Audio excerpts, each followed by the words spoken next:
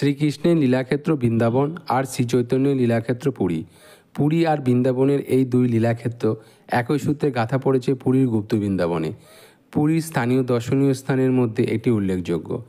Auto বা টোটোতে পুরীর মেরিন ড্রাইভ রোড ধরে সমুদ্রের ধার বরাবর লাইট হাউস পর্যন্ত এসে ডান দিকে রাস্তা ধরে আরও কিছুটা এগিয়ে গেলে গুপ্ত বৃন্দাবন পৌঁছানো যায়। পার্কিং চার্জ 10 টাকা এবং আশ্রমের প্রবেশ মূল্য 10 টাকা। এই গুপ্ত বৃন্দাবনের আরেক নাম গৌরবিহার আশ্রম। শ্রী চৈতন্যদেব যখন পুরীতে ছিলেন তখন এই গৌরবিহার আশ্রমে এসে সাধনা করতেন। পরে তার শিষ্য রমাদাসীও এখানে সাধনা করতেন। এই আশ্রমের বর্তমান এই রূপ দিয়েছেন মোহন সুবল দাস। আশ্রমের ভিতর শ্রীকৃষ্ণের বিভিন্ন অবতার ফুটিয়ে তোলা হয়েছে। শ্রীকৃষ্ণের বিভিন্ন লীলাখেলা, গোপীদের বস্ত্রহরণ, বামন অবতার, কালী ও নাগ দমন ইত্যাদি পৌরাণিক গাথা ফুটিয়ে তোলা হয়েছে। সম্পর্কিত এটি শ্রীচৈতন্য মহাপ্রভু শিষ্যদের কাছে বিশেষ গুরুত্বপূর্ণ বহন করেন, কারণ তিনি শ্রীকৃষ্ণের ভগবত তত্ত্ব ও রাধাকৃষ্ণের প্রেমের উপাসনা প্রচার করেছিলেন। রাধা ও কৃষ্ণের প্রেমময় সম্পর্ক এবং ভক্তির প্রতি গভীর মনোযোগের জন্য এটি অত্যন্ত গুরুত্বপূর্ণ স্থান। বাংলা ভাষাভাষী ভক্তরা বিশেষত পুরীর গুপ্ত বৃন্দাবনের পবিত্র স্থান হিসেবে গণ্য করে এবং এখানে শ্রদ্ধা নিবেদন করতে যান। এখানে হরে কৃষ্ণ মহামন্ত্রের জপ ও অন্যান্য আধ্যাত্মিক কার্যকলাপে অংশগ্রহণ করা হয়। এটি একটি তীর্থস্থান হিসেবে পরিচিত, যেখানে ভক্তরা আধ্যাত্মিক উন্নতির জন্য শ্রীকৃষ্ণের আশীর্বাদ লাভের জন্য প্রার্থনা করে। বৃন্দাবনের ইতিহাস ঘনিষ্ঠভাবে জড়িত শ্রীচৈতন্য মহাপ্রভুর সাথে।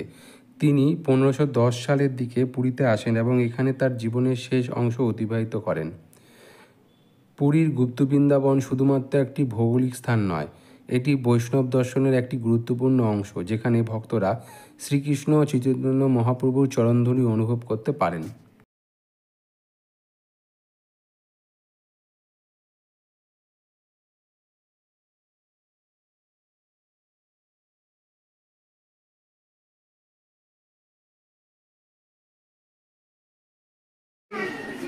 গণেশের কাছে ওকে বললাম এই বিষয়ে আসতে কই এখন তো পাতাম না।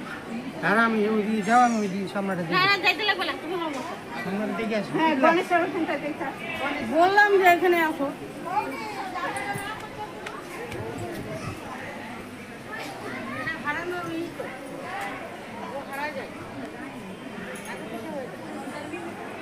দেখি দাদা একটু দাদা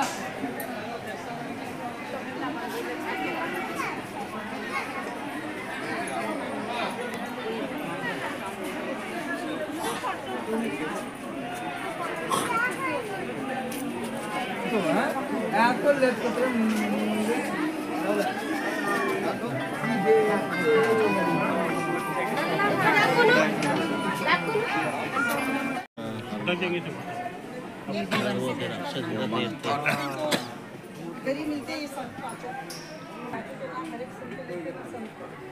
बोले ना प्रेमानंद के 5 संत के नाम रोज को बोले उठे सवेरे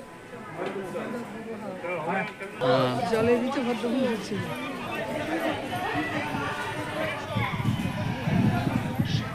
দিদা ও এগিয়ে